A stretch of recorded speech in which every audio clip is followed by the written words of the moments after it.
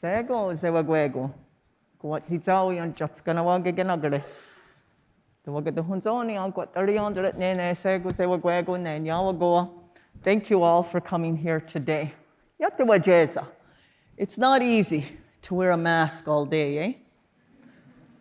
Oh, that power of the pandemic, how it ruined our lives to wear a mask. There was power in the pandemic. As you heard, we just had a gentleman who learned how to make banana bread out of all those old, dark bananas. I will tell you that I've worked across Indian country. I've been to 300 Indian reserves, Inuit corporations, they're called up in the US. I've been all across North America, what we call Turtle Island. How many of you saw the elder this morning open the day? So he is my elder from our community, and we saw a power in the pandemic.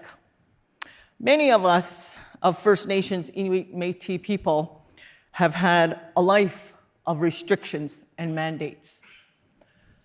We know what it is to be told what to wear and what we can't wear. We literally had laws in Canada who told us how to act as First Nations people, as the first peoples of this land. Because we were the red people, the people of the land, the newcomers who came in saw the power of the people. And they felt in competition with this power. So they created laws, acts, policies, and bylaws. And one of them was a small little law that said, you have to carry a pass to get out of your Indian community. So when people complained about the passport for vaccine, we kind of chuckled and said, this is the great equalizer. What an amazing lesson that the first peoples, we knew what it was to live with restrictions, mandates. There was a law that said we could not wear Indian garb. I could not wear beads. I could not wear fringes. I could not wear feathers. You could wear it as Canadians, but we couldn't wear it. So when people had to wear a mask, we kind of chuckled again and said, the great equalizer. How powerful is this pandemic?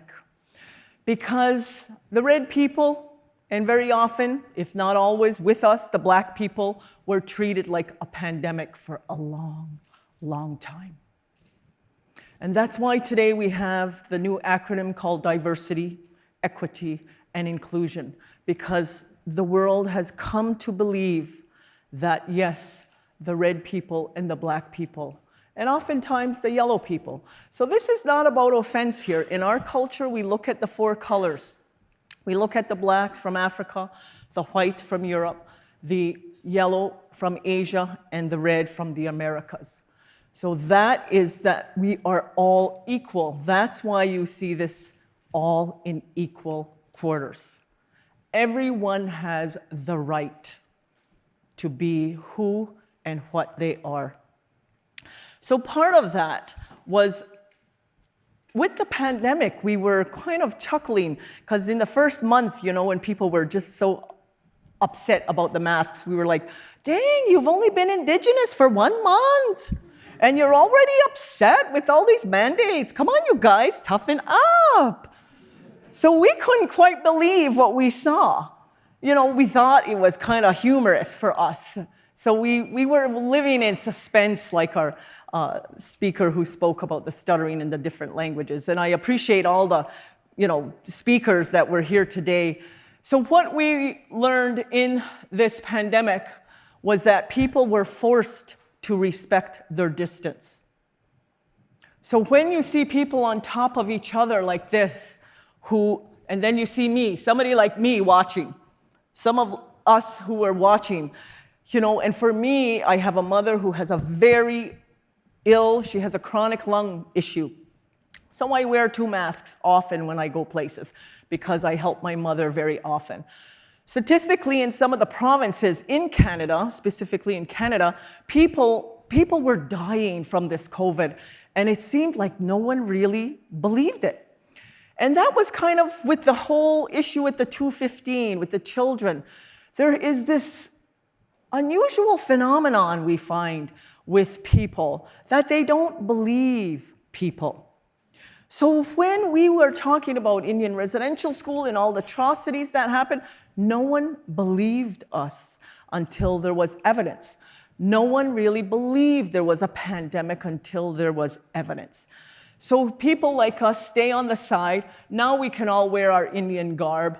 We can, but with the mask. Like I will wear a mask for the rest of my life if it will save not only my mother, but your mother. I will wear a mask for the rest of my life to not only save my children and grandchildren, but to save your children and grandchildren. And this is some of the lessons from the pandemic, that people didn't realize that they had to protect each other. North America specifically has become a very, very individualized society where it's all about me.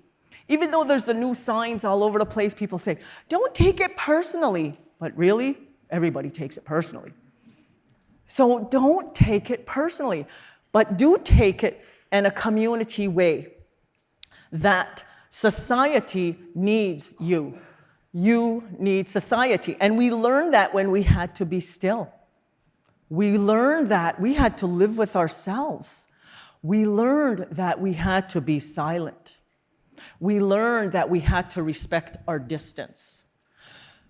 When previously I didn't respect the distance.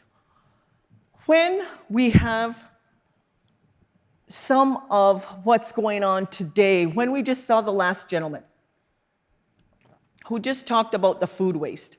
I will take it even before food waste. Example, when I buy a bag of anything, like this cup will last me probably for 5 to 10 years. This cup I will keep because I don't want it to go in landfill. I will not even use ecological cups because before we recycle, we must reuse and we must think. Like he said, it's very important to recycle. There's a desire, there's a willingness, but is there the action to change? To actually make the change? Because I will wear a mask to protect my mother and your mother, but we also have to protect Mother Earth.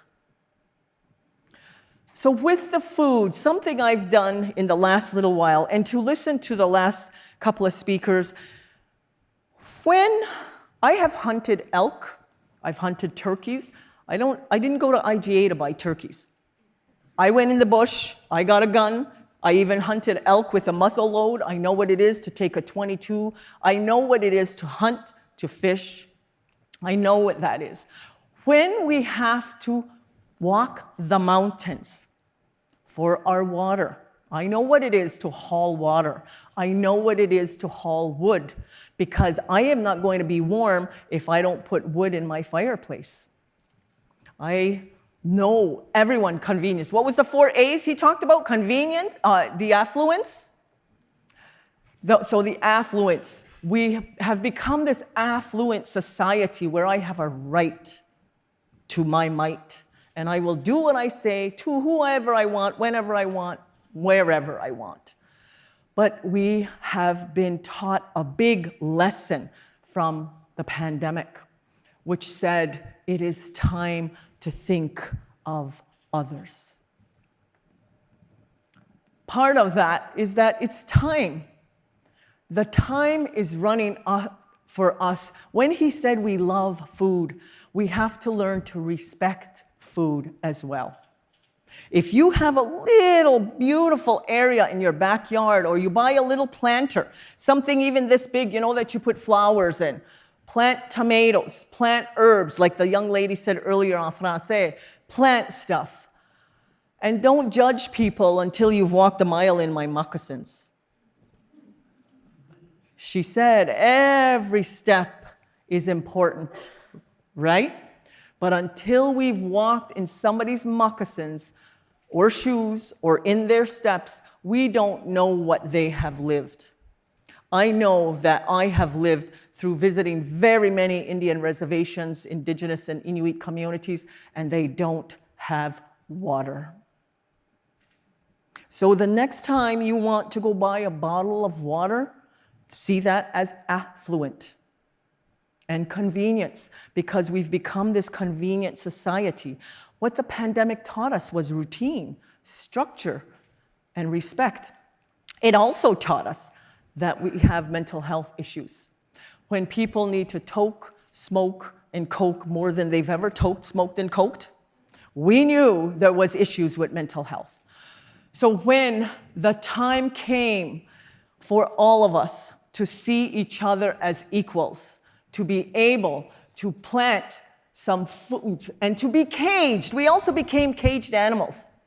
So that's what the Indian Act did as well. So people are just learning now when the children when they discovered the children in the graves. They're just discovering now that those children were caged in schools and could not get out. That mandates was the great equalizer, but you were caged in your own home. You were caged with your own family. You were caged with your own people. Imagine not seeing your mother, your father, your sisters or brothers. When we look at the earth, please get your feet in the earth. Get your hands in the earth. This will help create a sense of respect, preciousness for the food, the preciousness that we talked about, the preciousness of the breath, because every little plant is important. And you know this. This is not stuff you don't know. We all know this stuff, but sometimes we forget. And the power of the people was in the pandemic, because it taught us that your people are precious, things are precious, because we know now we don't need to go get our nails done, right? We don't need to get false eyelashes. We don't need to get our hair dyed. We know that because there was so many services that weren't essential. This is essential. The earth is essential, and you're essential to all of our living in good, peaceful, quiet power. Nyawagoa. Thank you.